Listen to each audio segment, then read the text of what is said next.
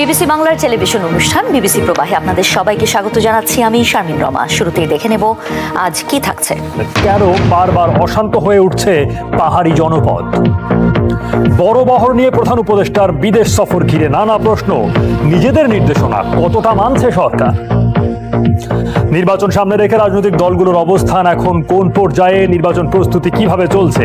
এসব নিয়ে বাংলাদেশ ট্রেন্ডিং সঙ্গে আছেন বিশ্ববিদ্যালয়ের শিক্ষক কাজী মারুফুল ইসলাম। তার কথা তো শুনবই, একই সাথে আপনারা মতামত জানাতে পারেন বিবিসি বাংলার ইউটিউব, ফেসবুক, ইনস্টাগ্রাম, এক্স হ্যান্ডেলে। এছাড়াও ভিজিট করুন বিবিসি বাংলার ওয়েবসাইট। ঠিক এক বছরের মাথায় আবারও সহিংস হয়ে উঠল পার্বত্য জেলা খাগড়াছড়ির পরিস্থিতি। একজন পাহাড়ি কিশোরীকে ধর্ষণের অভিযোগকে কেন্দ্র করে সহিংসতার পর সোমবারও জেলা সদর ও গুইমারা উপজেলায় থমথমে পরিস্থিতি বিরাজ করছে। গত বছরের সেপ্টেম্বরে উত্তপ্ত হয়ে উঠেছিল খাগড়াছড়ির পরিস্থিতি। বিক্ষোভ মিছিল ঘিরে সংঘর্ষ থেকে শুরু করে পরিস্থিতি সহিংস হয়। দীঘিনালা বাজারে আগুনে শতাধিক দোকানঘর পুড়ে ক্ষতিগ্রস্ত হয়েছিলেন বাঙালি ও পাহাড়িরা। এদিকে ভারতের ইন্ধনে বা ফ্যাসিস্টদের ইন্ধনে খাগড়াছড়ির ঘটনা ঘটেছে বলে মন্তব্য করেছেন বাংলাদেশের স্বরাষ্ট্র উপদেষ্টা মোহাম্মদ জাহাঙ্গীর আলম চৌধুরী। তিনি বলেছেন তাদের সরকার সর্বাত্মক ব্যবস্থা নিয়েছে। সোমবার এক অনুষ্ঠানে সাংবাদিকদের প্রশ্নের জবাবে এই কথা বলেন স্বরাষ্ট্র উপদেষ্টা। খাগড়াছড়ির কথা উল্লেখ করে স্বরাষ্ট্র উপদেষ্টা বলেন, আপনারা জানেন কিছু সন্ত্রাসী পাহাড়ের ওপর থেকে ফায়ার করেছে এবং এই হাতিয়ারগুলো অনেক সময় বাইরের দেশ থেকে আসছে। ভারতের দিক থেকে ব্যাপারে এখনো কোনো প্রতিক্রিয়া পাওয়া যায়নি। ধর্ষণের ঘটনায় জড়িতদের গ্রেফতার ও বিচারের দাবিতে যুগ্ম ছাত্র জনতা ব্যানারে সোমবারও 3 পার্বত্য জেলায় অনির্দিষ্টকালের অবরোধ কর্মসূচি পালন করা হয়। একই সাথে তারা 3 জেলায় সব পর্যটন সাময়িক বন্ধ ঘোষণা করেছে। শনিবার খাগড়াছড়ি সদরে কয়েক দফা সংঘর্ষের পর রোববার গুইমারায় ব্যাপক সহিংসতার সময় গুলিবিদ্ধ হয়ে 3 জনের মৃত্যু হয়। এ সময় সেনাবাহিনীর 13 জন সদস্য আহত হয়েছে বলে জানায় স্বরাষ্ট্র মন্ত্রণালয়। উদ্দীপনার সাথে এবং উৎসব মুখরভাবে হইতে না পারে এই জন্য একটা মহল কিন্তু চেষ্টা করতেছে। এই একটা মহলে কিন্তু এই খাগড়াছড়িতে এই ঘটনাটা ঘটার চেষ্টা করছে। ভারতের ইন্ধনে বা ফ্যাসিস্টদের ইন্ধনে এই ঘটনাটা ঘটাচ্ছে। তা আমরা এটা যেন ঘটাতে না পারে এই জন্য আমরা আমাদের সর্বাত্মক ব্যবস্থা নিচ্ছি। সঙ্গে আছেন বিশ্ববিদ্যালয়ের শিক্ষক কাজী মারুফুল ইসলাম, তার কাছে যাচ্ছি। কাজী মারুফুল ইসলাম, স্বাগত জানাচ্ছি আপনাকে। এই যে খাগড়াছড়ির পরিস্থিতি এমন সহিংস হয়ে উঠল কেন? এটি কি এড়ানো যেত না? ধন্যবাদ আপনাকে। এই ঘটনাটা দেখতে গেলে আমাদের প্রথমে একটা জিনিস স্বীকার করতে হবে যে বাংলাদেশে ধর্মীয় এবং জাতিগত সহিংসতার অস্তিত্ব আছে। সেটা সমতলেও আছে, পাহাড়ে আছে। পাহাড়ে এই ঘটনাটা আরো অনেক বেশি প্রকট এবং দীর্ঘমেয়াদী হয়ে আছে। আপনি এই সহিংসতার যদি উৎস দেখেন তাহলে দেখতে হবে যে এটার পেছনে কিন্তু সরাসরিভাবে রাষ্ট্রীয় প্রতিষ্ঠানগুলোর অব্যবস্থাপনা অনেক সময় তাদের প্রশ্রয়ে যুক্ত থাকে। আর একটা জায়গা আছে যেটা সামাজিক যে একটা স্তর, যেখানে এই রাষ্ট্রীয় প্রশ্রয়ে যে সমস্ত অর্থনীতি, রাজনীতি এবং সমাজের যে কেন্দ্রগুলো রয়েছে সেগুলোর দখল এবং তার যে প্রাকৃতিক যে বিন্যাস ছিল সেটা ভেঙে দেওয়া হয়েছে। ফলে পাহাড়ের যে নৃতাত্ত্বিক জনগোষ্ঠীগুলো বসবাস করছে তাদের যে সাধারণ জীবিকা, তাদের যে বেড়ে ওঠা, তাদের যে সামাজিক পরিসর, সেই পরিসরগুলোতে কিন্তু সেটা তার যে স্বাভাবিকতা সেটা দীর্ঘদিন ধরে একটা কাঠামোগত সহিংসতার শিকার হয়ে ওইটা ভেঙে গেছে। ফলে পাহাড়ে বিভিন্ন ধরনের আপনার স্বার্থর গোষ্ঠী তৈরি হয়েছে। সেটা যেরকম যারা সেটেল করেছে তাদের মধ্যে তৈরি হয়েছে, যে রাজনৈতিক দলগুলো আছে তারা তৈরি করেছে। একই সাথে যারা পাহাড়ি এই নৃতাত্ত্বিক জনগোষ্ঠী তাদের মধ্যেও কিন্তু অনেক গ্রুপগুলো তৈরি হয়েছে এবং সবগুলো গ্রুপ যে ওই জনগোষ্ঠীর স্বার্থ রক্ষার জন্য একই রকম ভাবে কাজ করে তাও কিন্তু না। এবং একই সাথে এটাও সত্যি যে এই অংশটা বাংলাদেশের একটা খুবই সংবেদনশীল অংশ, যার সীমানায় আছে ভারত, যার সীমানায় আছে মায়ানমার। ফলে আন্তর্জাতিক শক্তিগুলোর উপস্থিতি এবং সক্রিয়তাও কিন্তু উড়িয়ে দেওয়া যায় না। স্বরাষ্ট্র উপদেষ্টা খোদ ভারতের ইন্ধনের অভিযোগ করেছেন, তার এই বক্তব্যকে তাহলে কিভাবে বিশ্লেষণ করবেন? আমি মনে করি যে এই অভিযোগটা এটা খুবই একটা মানে অর্থহীন অভিযোগ কিনা সেটা তাকে প্রমাণ করতে হবে। অর্থাৎ এই কোনো রকম তদন্ত করা ছাড়াই উনি ঘটনা দেখেই বলে দিলেন যে অমুকের ইন্ধন আছে। তাহলে স্বরাষ্ট্রমন্ত্রীর কাজটি হচ্ছে এই অভিযোগটির সামনে আনার চেয়ে জরুরি হচ্ছে যারা এই ইন্ধনটা ওখানে বাস্তবায়ন করছে তাদেরকে গ্রেফতার করুক, তদন্ত করুক, তাদেরকে বিচারের আওতায় আনুক। উনি বলে দিলেন অমুকের দায়িত্ব, সেটা দিলে স্বরাষ্ট্রমন্ত্রীর যে দায়িত্ব সেটি কোনো অংশে কমে যায় না। সরকারের এখানে পরিষ্কারভাবে দায়িত্ব আছে, রাষ্ট্রীয় প্রতিষ্ঠানগুলোর পরিষ্কারভাবে দায়িত্ব আছে, যেটা পালনে তারা এখন পর্যন্ত যথেষ্ট সক্ষমতা দেখাতে পারেননি।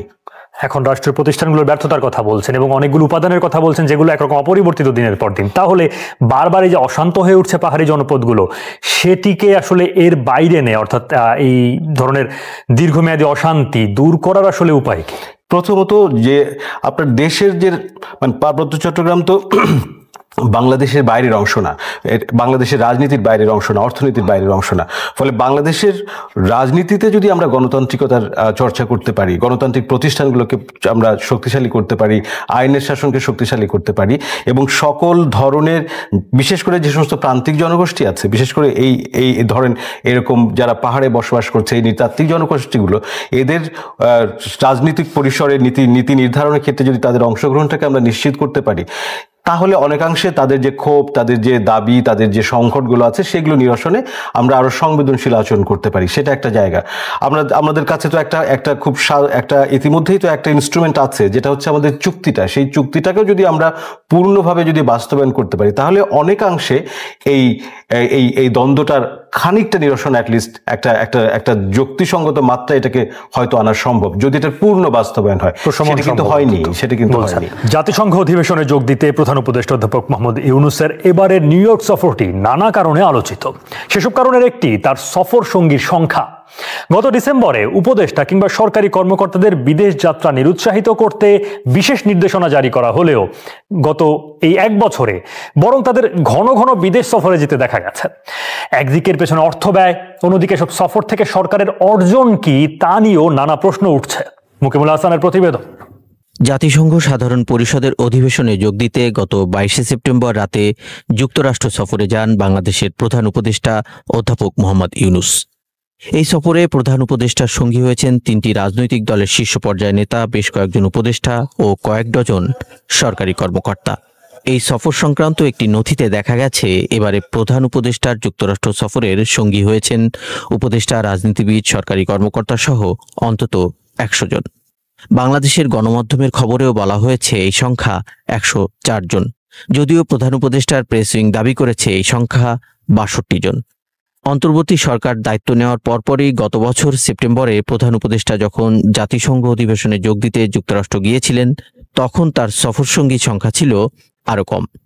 বছর ব্যবধানে সেই সংখ্যা কেন বেড়েছে, সেই প্রশ্ন সামনে আসছে। আমরা আশা করেছিলাম এবার আরো কমবে।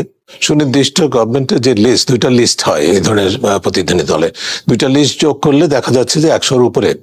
তো এই যে 100-র উপরে মানুষ গেলেন, এটা আমাদের মূল প্রশ্নটা হচ্ছে যে ঠিক আছে 100-র উপরে মানুষকে যেতে হবে প্রতিনিধি দলে, যদি যেতে হয় তার তো যৌক্তিক ভিত্তি থাকতে হবে। তাহলে যারা এই দলে অন্তর্ভুক্ত হচ্ছেন তাদের সুনির্দিষ্ট কার কি ভূমিকা, কোন প্রেক্ষিতে কে ভূমিকাটা কিভাবে পালন করে, এগুলো কি নির্ধারণ সাপেক্ষে হয়েছে তালিকাটা, বা প্রতিনিধি দল গঠিত হয়েছে, নাকি এর মধ্যে অন্য কোনো উপাদান কাজ করেছে? এবার এত বিশাল সংখ্যক প্রতিনিধি দল নিয়ে প্রধান উপদেষ্টার যুক্তরাষ্ট্র সফর নিয়ে নানা সমালোচনা তৈরির পর এ নিয়ে নিউ ইয়র্কে সাংবাদিকদের প্রশ্নের মুখোমুখি হয়েছিলেন অধ্যাপক ইউনূসের প্রেস উইং। আমরা 5 জন এসেছি। 5 জন দরকার ছিল, অবশ্যই দরকার ছিল।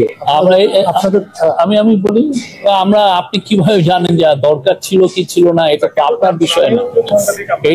এটা হেড অফ দ্য গভর্নমেন্ট, এটা ইন্টারিম গভর্নমেন্টের যার সাথে আমরা এসেছি উনি মনে করছেন যে এটা দরকার ছিল, এটা এসেছে। তথ্য বলছে, দায়িত্ব নেওয়ার পর মাত্র 13.5 মাসে বিভিন্ন সম্মেলন ও কর্মসূচিতে যোগ দিতে অন্তত 13 বার বিদেশ সফর করেছেন প্রধান উপদেষ্টা। গত জুনে যুক্তরাজ্য সফরে গিয়েছিলেন প্রধান উপদেষ্টা। সেই সফরে বিএনপি নেতা তারেক রহমানের সাথে বৈঠকও করেন তিনি। সেবারও বড় প্রতিনিধি দল নিয়ে গিয়েছিলেন প্রধান উপদেষ্টা। ওই সফরে যুক্তরাজ্যের প্রধানমন্ত্রীর সাথে সম্ভাব্য বৈঠকের কথা বলা হলেও শেষ পর্যন্ত তা না হয়, এ নিয়ে সমালোচনাও দেখা যায়। অন্তর্বর্তী সরকার দায়িত্ব নিয়েছে মাত্র 13.5 মাস। এই সময় সরকারের উপদেষ্টা, প্রধান উপদেষ্টার বিশেষ সহকারী সহ উচ্চপদস্থ কর্মকর্তাদের ঘন ঘন বিদেশ সফরও করতে দেখা গেছে। এবছরের অগস্ট ও সেপ্টেম্বরে 2 দফায় যুক্তরাষ্ট্র ও যুক্তরাজ্য সফর করেছেন তথ্য উপদেষ্টা মাহফুজ আলম। এই সফরের বেশিরভাগ কর্মসূচি ছিল বাংলাদেশ দূতাবাস আয়োজিত অনুষ্ঠান। আরেক ছাত্র উপদেষ্টা আসিফ মাহমুদকেও গত 1 বছরে অন্তত 3 বার বিদেশ সফর করতে দেখা গেছে। এসব বিষয় নিয়ে বক্তব্যের জন্য 2 জন ছাত্র উপদেষ্টার সাথে যোগাযোগের চেষ্টা করেও কোনো উত্তর পাওয়া যায়নি। অন্তর্বর্তীকালীন সরকারের উপদেষ্টা কিংবা কর্মকর্তাদের ঘন ঘন বিদেশ সফরের প্রয়োজনীয়তা নিয়েও প্রশ্ন তুলেছেন সাবেক আমলাদের কেউ কেউ। আমাদের এখানে নৈরাজ্য, বিদেশ যাওয়ার ব্যাপারে আমি নৈরাজ্য কথাটা ব্যবহার করব। কোনো নিয়ম নীতি নাই, কোনো বিবেকের দায় নাই, মানে সুযোগ পাইলেই আপনার যেখানে যাওয়ার দরকার নাই সেখানেও চলে যায়। তো এতে রাষ্ট্রের অর্থের অপচয় হয়, কাজের ক্ষতি হয় এবং এটা একটা নেশার মতো হয়ে যায়। এখন তো একটা ছোট্ট মন্ত্রী পরিষদ, তাইলে এখানে এতজন অ্যাডভাইজারকে কেন নিতে হবে? এই সরকারের কাছে আমাদের অনেক প্রত্যাশা ছিল, কিন্তু তারা প্রত্যাশার ধারে কাছেও যাইতে পারেন নাই। এখন ওনারা কোনো কোনো ঘটনায় দেখা যাচ্ছে যে 3-4 জন অ্যাডভাইজার একসাথে চলে যাচ্ছেন, মনে হয় যে পিকনিক করতেছেন। গত বছরের অগস্টে অন্তর্বর্তীকালীন সরকার দায়িত্ব নেওয়ার পর ডিসেম্বরে প্রধান উপদেষ্টার দপ্তর থেকে বিদেশ ভ্রমণ সংক্রান্ত 13 দফা বিশেষ নির্দেশনা জারি করা হয়। সেখানে বিদেশ সফরে নিরুৎসাহিত করা সহ একই অনুষ্ঠানে উপদেষ্টা ও সচিবের বিদেশ ভ্রমণ পরিহার করতেও বলা হয়েছিল। কিন্তু সেসব নির্দেশনা কতটুকুই বা মানা হচ্ছে? যেহেতু আপনি ওইরকম নিয়ম মানতে পারবেন না, তাইলে ওইরকম সার্কুলার জারি হওয়া ঠিক না। কারণ আপনি সার্কুলার জারি করে যদি সেটা ভঙ্গ হয়, তখন সরকারের ইমেজটা আরো নষ্ট হয় এবং যা বিশৃঙ্খলার প্রবণতাটা আরো বাড়ে। শতাধিক সদস্য নিয়ে প্রধান উপদেষ্টার জাতিসংঘের অধিবেশনে যোগ দেওয়ার বিষয়টি নিয়ে হতাশা জানিয়ে গত বৃহস্পতিবার বিবৃতি দিয়েছে ট্রান্সপারেন্সি ইন্টারন্যাশনাল বাংলাদেশ বা টিআইবি। এই যে সরকারের নিজস্ব নির্দেশনা একেবারে সুনির্দিষ্ট যৌক্তিক ভিত্তিতে প্রণীত সিদ্ধান্ত এবং তার উপর ভিত্তি করে নির্দেশনা স্পেসিফিক্যালি বিদেশ যাত্রার বিষয়ে সেটি প্রতিপালিত হচ্ছে না। তার অন্যতম কারণ হচ্ছে সরকার নিজেই ব্যর্থ। বিশ্লেষকরা বলছেন, পরিবর্তনের প্রতিশ্রুতি দিয়ে যাত্রা শুরু করলেও বিদেশ সফর সহ কোনো কোনো ক্ষেত্রে বিগত সরকারের দেখানো পথেই হাঁটছে অধ্যাপক ইউনূসের সরকার, যে কারণে এসব বিষয় নিয়ে জনমনে নানা অসন্তোষও তৈরি হচ্ছে। মুকিমুল আহসান, বিবিসি বাংলা, ঢাকা। সঙ্গে আছেন বিশ্ববিদ্যালয়ের শিক্ষক কাজী মারুফুল ইসলাম। অধ্যাপক মারুফুল ইসলাম, এই যে বিশাল বহর নিয়ে প্রধান উপদেষ্টার সফর কিভাবে দেখেন এবং সফরের যে সূচি, যে কার্যক্রম, তার মাধ্যমে এই সফর এবং এই বহরের যৌক্তিকতা, কার্যকারিতা কিভাবে বিশ্লেষণ করবেন? কোনো একটা দেশের স্বার্থ রক্ষার জন্য তো বিদেশ যাওয়া, অর্থাৎ কূটনৈতিক সম্পর্ক শক্তিশালী করার জন্য বিদেশে যাওয়া, তো এটা যেতে হয়, এটা অপ্রয়োজনীয় না। কিন্তু আমরা যে আকারের যে সফর সঙ্গীদের দেখলাম সেটি আসলে কোনোভাবে খুব যৌক্তিক সেটা মনে হচ্ছে না। প্রথমত আপনি যদি দেখেন যে যারা এখানে গেছে তার মধ্যে দুটো অংশ আছে। একটা হচ্ছে যারা সরাসরি নীতি নির্ধারণের সাথে যুক্ত, অর্থাৎ রাজনীতি বা রাজনীতিবিদ, এরকম উপদেষ্টা। আর একটা অংশ আছে সরকারি কর্মকর্তা। তো যেটা আমরা ইন্টারভিউতে দেখলাম, আমাদের সাবেক সচিব মহোদয় বললেন যে এই যে কর্মকর্তাদের যাওয়া, এখানে মূলত আপনি দেখবেন যে প্রধান অংশই কিন্তু আমলারা গেছে। অর্থাৎ এই যে নির্দেশনাটা জারি হয়েছে, সেই জারির একটা অন্যতম লক্ষ্য ছিল হচ্ছে যে আমলাদের বিদেশ যাওয়া নিয়ন্ত্রণ করা। কিন্তু এই সফরেও যেরকম একটা বড় অংশ হচ্ছে যে সরকারি কর্মকর্তারা, যারা ঠিক সরাসরিভাবে যে সমস্ত নেগোসিয়েশনগুলো হয়, যে সমস্ত আলোচনাগুলো হয়, সেখানে তারা অংশ নেন না, তারা পিছন থেকে সাপোর্ট দেন। ফলে এদের যাওয়াটা আমি মনে করি না খুব একটা যুক্তিযুক্ত। সেক্ষেত্রে এটা খুব পরিষ্কারভাবে এই তালিকাটার একটা যাচাই বাছাই করা সম্ভব ছিল এবং এটা খুব যদি সতর্কতার সাথে এটা দেখা যেত, এখানে অপ্রয়োজনীয় একটা অংশ কিন্তু ছিল, সেটা বাতিল করা যেত। যেই প্রসঙ্গটি আসলে সরকারের প্রেসিং এর একজন কর্মকর্তা বলছেন, প্রধান উপদেষ্টা প্রেসিং এর প্রেস সচিব বলছেন যে এটি তো আসলে যিনি নিয়ে যাচ্ছেন বা যিনি নির্বাহী প্রধান, তিনি নির্ধারণ করবেন আসলে কার কতটুকু দায়িত্ব। ফলে এটিকে আসলে ঠিক আপনারা কিভাবে ব্যবচ্ছেদ করবেন যে তার প্রয়োজন আছে কি নেই? না, তিনি যে জায়গাগুলোতে মনে করছেন যে এই ধরনের মানুষ আমার দরকার, নিশ্চয়ই তিনি সেই নির্দেশনা দেবেন, সেই ধরনের মানুষের সফর সঙ্গী হবেন, কোনো সন্দেহ নেই। কিন্তু আপনাকে খেয়াল করতে হবে যে প্রধান উপদেষ্টার দপ্তর একটা দপ্তর, শেষ পর্যন্ত সবকিছুই প্রধান উপদেষ্টা একেবারে নিজে থেকে অমুকের নাম বাতিল, অমুকের নাম ঢুকানো, এই কাজটি করেন, এরকম আমার মনে হয় না, বাস্তবসম্মত না। এখানে একটা প্রক্রিয়া আছে, এখানে একটা অফিস আছে এবং সেই প্রক্রিয়া এবং অফিসটা আসলে সরকারি কর্মকর্তাদের দ্বারা নিয়ন্ত্রিত। ফলে প্রধান উপদেষ্টা বলেছেন আমার প্রেস উইং থেকে যাবে, ঠিক কয়জন যাবে, কতজন যাবে, এই তালিকাটাও আমার নিশ্চয়ই মনে হয় না যে প্রধান উপদেষ্টা দেখেন। যে সেন্ট্রাল ব্যাংক থেকে একজন যাবেন নাকি 3 জন যাবেন, এইটা একদম উনি সংখ্যা নির্ধারণ করে দেবেন, এইটা মনে হয় একটা প্রত্যাশাটা খুব বেশি হবে। সরকারের সময়ের কথা হয়তো আপনার মনে থাকবে যে 180 জন 182 জনও গেছেন কখনো কখনো এমন অধিবেশনে। এইটা তুলনার আমাদের প্রয়োজন নেই, আমরা এর আগে বা এর পরেও হয়তো দেখব, কিন্তু যে সময় যারা যাচ্ছেন তাদের এটা যুক্তিসঙ্গত কিনা। তো এই মুহূর্তে আমার কাছে মনে হয় যে যারা এখানে গেছেন যাচ্ছেন, আমাদের নতুন রাজনীতিবিদরা গেছেন, রাজনৈতিক দলগুলো থেকে প্রতিনিধিত্ব নেওয়া হয়েছে, সেটা প্রশংসার দাবিদার। আমাদের এদেরকে তারা সরকার গঠনে থাকবে, দেশ পরিচালনার সঙ্গে থাকবে সামনে, ফলে ঠিক আছে। কিন্তু এই যে বিশাল কর্মকর্তা বাহিনী, তাদের কার কি প্রয়োজন আছে, তার কার কি ভূমিকা আছে, এইটা অবশ্যই যাচাই করে নেওয়া দরকার বলছেন।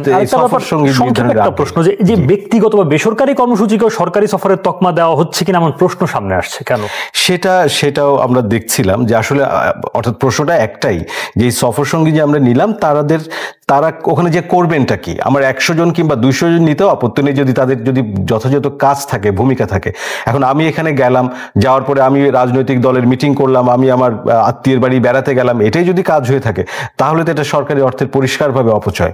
তো আমরা তো দেখিনি এখনো পর্যন্ত, যা রিপোর্ট বা যা মিডিয়াতে দেখছি, সেখানে এই সফর থেকে যে খুব ফলদায়ক কিছু হয়েছে কিংবা খুব কার্যকর কোনো মিটিং হয়েছে, বৈঠক হয়েছে, নেগোসিয়েশন হয়েছে, এখনো পর্যন্ত সেরকম আমরা কিছু পাইনি। ফলে এই সফরকে মানে যুক্তিসঙ্গত সফর সেটা বলা যাচ্ছে না, বলতে চাইছেন না।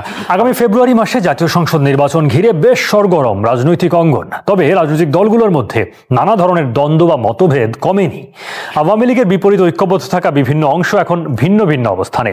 নির্বাচন ঘিরে তারা কি প্রস্তুতি নিচ্ছেন, তাদের বর্তমান অবস্থান কি, জেনে নিই অর্চি অথুন্ডিলার কাছ থেকে।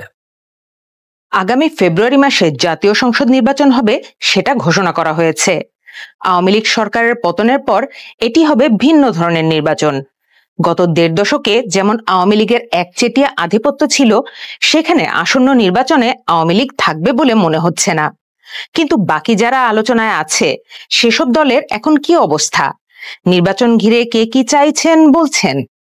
দ্রুত নির্বাচনের ব্যাপারে আগে থেকেই সরব থাকা বড় রাজনৈতিক দল বিএনপি এখন নির্বাচনের প্রস্তুতিতে রয়েছে। বড় দল হিসেবে বেশি প্রার্থী থাকায় কাকে প্রার্থী হিসেবে চূড়ান্ত করা হবে আর কোন কোন ক্ষেত্রে সমমনা শরিকদের সাথে আসন ভাগাভাগি করা হবে, সেসব হিসেব নিকেশ চলছে। তাদের সাথে যুগপৎ আন্দোলনে বাম ও ডানপন্থী বেশ অনেকগুলো দল ছিল। তবে শেষ পর্যন্ত কাদের সাথে আসন ভাগাভাগি হবে, আলোচিত দলগুলোর সাথে আসন ভাগাভাগি হবে কিনা, এ নিয়ে নানা জল্পনা কল্পনা আছে। প্রিয় সহকর্মীবৃন্দ, এইরকম মিটিং করে করে জনগণের কাছে গেলে চলবে না। আপনাদের প্রত্যেককে 2 জন 3 জনের ছোট ছোট টিম করে জনগণের ঘরে দুয়ারে যেতে হবে, ঘরে ঘরে জনগণের কাছে যেতে হবে। আমাদের লক্ষ্য এখন একটি থাকতে হবে, ঐক্য, জনগণ এবং দেশ গঠন। বিএনপির ভারপ্রাপ্ত চেয়ারম্যান অবশ্য এখনো লন্ডনেই আছেন। আর খালেদা জিয়া আদৌ ভোটের রাজনীতিতে থাকতে পারবেন কিনা তা এখনো বলা যাচ্ছে না। আর দলটির বিরুদ্ধে চাঁদাবাজি, দখল, আধিপত্য বিস্তার এমন নানা ধরনের অভিযোগ সামনে এসেছে। গত 1 বছর ধরে দলের ভেতরেই নানা কোন্দল বা মতবিরোধের মতো সমস্যাও সামনে এসেছে। বিতর্কিত ঘটনার প্রেক্ষাপটে তারা বহু কর্মী বহিষ্কারও করেছেন। আবার অনেক ক্ষেত্রে দলের বিরুদ্ধে অন্যদের ষড়যন্ত্রের কথাও বলছে বিএনপি। দলের কালচারটা এখন চেঞ্জ হয়ে গেছে, আগের মতো নাই যে আনুগত্য, নেতার আনুগত্য করা, নেতাকে মানা, এই জিনিসগুলো এখন দুর্বল হয়ে গেছে। তার কারণ হলে আদর্শিক চর্চা নাই দলের মধ্যে। বাংলাদেশের বাস্তবতায় জামায়াতে ইসলামী এখন অনেকটাই শক্ত অবস্থানে। 2টি বিশ্ববিদ্যালয়ের ছাত্র সংসদ নির্বাচনে তাদের সাথে যুক্ত ইসলামী ছাত্র শিবিরের জয় পাবার পর তাদের আরো আত্মবিশ্বাস দেখা যাচ্ছে। তবে তাদের বিরুদ্ধেও অভিযোগ আছে অন্তর্বর্তী সরকার সহ বিভিন্ন ক্ষেত্রে প্রভাব খাটানোর। নাম্বার 1, আমরা এই ভাঙ্গা চূড়া শিক্ষা ব্যবস্থা রাখবো না। 2 নম্বর হচ্ছে শুধু ডিগ্রির ভিত্তিতে কারো মর্যাদা নির্ণয় হবে না, তার মর্যাদা নির্ণয় হবে তার কাজের ভিত্তিতে। আমাদের দ্বিতীয় অঙ্গীকার, আমরা দুর্নীতির জল কেটে দেবো ইনশাআল্লাহ। তবে তাদের নেতাকর্মীদের বিরুদ্ধেও চাঁদাবাজি, আধিপত্য বিস্তার এমন বিভিন্ন অভিযোগ এসেছে। কিছু ক্ষেত্রে দলটি অভিযোগ আসা কর্মীদের বিরুদ্ধে ব্যবস্থাও নিয়েছে। তবে বিএনপির সাথে তাদের নির্বাচনমুখী একটা বড় পার্থক্য, তারা এর মধ্যেই অনানুষ্ঠানিকভাবে নির্বাচনের জন্য আসনগুলোতে প্রার্থী বাছাই করে ফেলেছেন। অনেকে প্রচারণাও চালাচ্ছেন।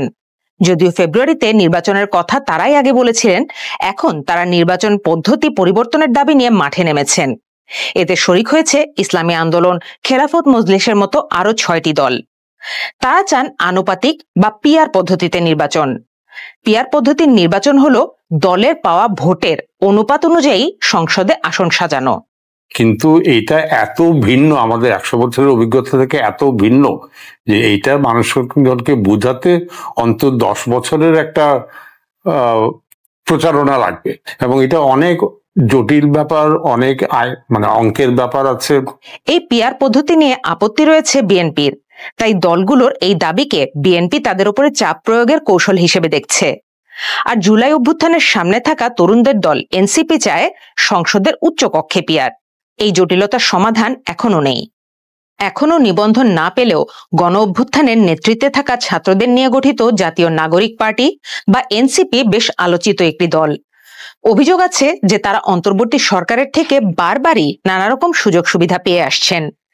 বিশ্লেষকদের অনেকে তাদেরকে ডানপন্থী হিসেবে দেখলেও নিজেদের মধ্যপন্থী ও চিরাচরিতের বাইরে একটি বিকল্প শক্তি হিসেবে নিজেদেরকে তুলে ধরতে চান তারা। জাতীয় নাগরিক পার্টি আগামী নির্বাচন এবং প্রার্থী নির্বাচনে অবশ্যই সকল ধর্মের এবং সম্প্রদায়ের অংশগ্রহণ নিশ্চিত করবে। এতদিন তারা বিএনপি না জামায়াত কার সাথে শরিক হতে পারে সেটা নিয়ে আলোচনা ছিল। এখন দেখা যাচ্ছে তারা আলাদা একটা মোর্চা বা অন্য দলগুলোর সাথে কিছু একটা করা যায় কিনা তেমন একটা লক্ষণ দেখা যাচ্ছে। সেক্ষেত্রে গণ অধিকার পরিষদের নাম সামনে এসেছে, তবে দলটি নিয়ে বিতর্কও কম হয়নি। কখনো মব, কখনো চাঁদাবাজির অভিযোগ সামনে এসেছে। এছাড়া জুলাই ঘোষণাপত্র ও জুলাই সনদ নিয়ে তারাই বেশি সরব। দেখছিলাম অর্চাতনীলার প্রতিবেদন, সঙ্গে আছেন বিশ্ববিদ্যালয়ের শিক্ষক কাজী মারুফুল ইসলাম। রাজনৈতিক দলগুলোর তৎপরতা থেকে তাদের নির্বাচনমুখী দৃষ্টিভঙ্গি সম্পর্কে ধারণা পাওয়া যায়, কিন্তু আবার এখনো যে নির্বাচন পদ্ধতি আনুপাতিক প্রতিনিধিত্বের প্রশ্ন, সেখানে বেশ কয়েকটি প্রভাবশালী দল মাঠে রয়েছে। এটি কি প্রভাব ফেলতে পারে নির্বাচন কেন্দ্রিক রাজনৈতিক পরিবেশে? আমার মনে হয় দেখেন, সবগুলো দলই আসলে নির্বাচনের প্রস্তুতি নিচ্ছে। অর্থাৎ নির্বাচন যে ফেব্রুয়ারিতে হচ্ছে এই ব্যাপারে মোটামুটি সবাই নিশ্চিত। এখন পর্যন্ত এই নির্বাচন পদ্ধতি নিয়ে যে বিতর্কটা আমরা দেখছি বা যে মতপার্থক্য রাজনৈতিক দলগুলোর মধ্যে আছে, সেক্ষেত্রে আমার কাছে মনে হয় যে এই জাতীয় নাগরিক পার্টি তাদের প্রস্তাবটাই কিন্তু মাঝখানে, অর্থাৎ সেটা একটা অধিকতর গ্রহণযোগ্য একটা একটা একটা প্রস্তাব। এই কারণেই যে বিএনপি যে কারণে পিআর পদ্ধতি চাচ্ছে না, অর্থাৎ একটা অস্থিতিশীল সরকার গঠন হওয়ার সম্ভাবনা বিচারে, আবার এটা পরিচিত না, তো সেক্ষেত্রে এটা মিটিগেট করা যাচ্ছে যে আমরা নিম্নকক্ষে যেভাবে আমাদের এখন আছে, অর্থাৎ যে প্রচলিত পদ্ধতিতে নির্বাচন হয় সেই পদ্ধতিতে নির্বাচন হতে পারে, এবং উচ্চকক্ষে যদি আমরা পিআর পদ্ধতিতে যাই তাহলে জামাত বা অন্যান্যদের যে পিআরের দাবি সেটাও খানিকটা মেনে নেওয়া হলো। অর্থাৎ এই দুই পক্ষের মধ্যে যে একটা নেগোসিয়েশনের জায়গা, অর্থাৎ একটা মাঝামাঝি জায়গা, সেটা কিন্তু জাতীয় নাগরিক পার্টির যে প্রস্তাব সেই প্রস্তাবটাতে যায়। এটা আরেকটা জায়গা হচ্ছে যে এটি আসলে নিম্নকক্ষে যদি কোনো একটা দলের সর্বৈব, যেটাকে আমরা বলতাম যে উইনার্স টেক অল, এই যে পদ্ধতি, এই যে সম্ভাবনা, সেটার কিন্তু একটা চেক দেওয়ার সুযোগ তৈরি হতে পারে ওখানে। কিন্তু পরিস্থিতিটা শেষ পর্যন্ত আমার কাছে মনে হয় না যে এই নির্বাচন পদ্ধতির প্রসঙ্গে নির্বাচন হওয়া না হওয়ার পর্যন্ত যাবে, অর্থাৎ তার আগেই একটা আন্ডারস্ট্যান্ডিং হবে এবং নির্বাচনটি সবাই এরা অংশগ্রহণ করবে বলে আমার কাছে মনে হচ্ছে। ঐকমত্য কমিশনে এখনো এই বিষয়গুলোতে শেষ পর্যন্ত ঐক্য পৌঁছানো সম্ভব হয়নি। এই যে বিভেদটা এতটা প্রকট হয়ে উঠলো, এই জায়গায় আদর্শের প্রশ্ন অথবা আধিপত্যের প্রশ্ন কোনটিকে আপনি জোরালো করে দেখেন? এইখানে আদর্শের কোনো প্রশ্ন নেই, আসলে প্রশ্ন নেই, কৌশলগত প্রশ্ন আছে। তবে আমরা বাংলাদেশের যে জুলাই বিপ্লবের যদি আকাঙ্ক্ষাটাকে মনে করি, তাহলে একটা নৈতিক প্রশ্ন আছে। সেই প্রশ্নটি হচ্ছে, জনগণ এমন কোনো ক্ষমতা কিংবা শাসন ব্যবস্থা দেখতে চায় না যেখানে ফ্যাসিস্ট ব্যবস্থার আবার বিকাশ হয়। সেক্ষেত্রে কিন্তু পিআর কিংবা সংসদের দ্বিকক্ষ বিশিষ্ট সংসদ, অর্থাৎ ক্ষমতার খানিকটা বিভাজন, সেই সম্ভাবনাটাকে কিন্তু খানিকটা হলেও নিয়ন্ত্রণ করতে সক্ষম হওয়ার সম্ভাবনা আছে। ফলে এটা একটা নৈতিক দাবি আমি মনে করি। আচ্ছা, কাজী মারুফুল ইসলাম, অনেক ধন্যবাদ বাংলাদেশ ট্রেন্ডিং এ সময় দেওয়ার জন্য। দ্বিতীয় দফায় মসনদে বসেই বিশ্বজুড়ে তোলপাড় সৃষ্টি করেছেন মার্কিন প্রেসিডেন্ট ডোনাল্ড ট্রাম্প। এখনকার ট্রাম্প প্রশাসনের একটি বড় অজানা প্রশ্ন হলো, আন্তর্জাতিক শৃঙ্খলার প্রতি ট্রাম্পের প্রকাশ্য প্রত্যাখ্যান চীনের কূটনৈতিক কৌশলে কি প্রভাব ফেলবে? মার্কিন পররাষ্ট্রমন্ত্রী মার্কো রুবিও এই শৃঙ্খলাকে একদিকে অচল এবং অন্যদিকে মার্কিন যুক্তরাষ্ট্রের বিরুদ্ধে ব্যবহৃত অস্ত্র বলে আখ্যা দিয়েছেন। আর 23 সেপ্টেম্বর জাতিসংঘে দেওয়া ভাষণে প্রেসিডেন্ট ডোনাল্ড ট্রাম্প এই গ্লোবালিস্ট প্রতিষ্ঠানকে আক্রমণ করে বললেন, এটি আমাদের জন্য নতুন সমস্যা তৈরি করছে। সাদা চোখে দেখলে মনে হবে আমেরিকাকে গোটা বিশ্ব থেকে বিচ্ছিন্ন করতে চাইছেন ট্রাম্প। সেটা কিভাবে একটু পর ব্যাখ্যা করব। কিন্তু আমেরিকার এই বিচ্ছিন্ন হওয়ার সুযোগটা লুফে নিতে চাইছে বেইজিং, তা কোন কৌশলে?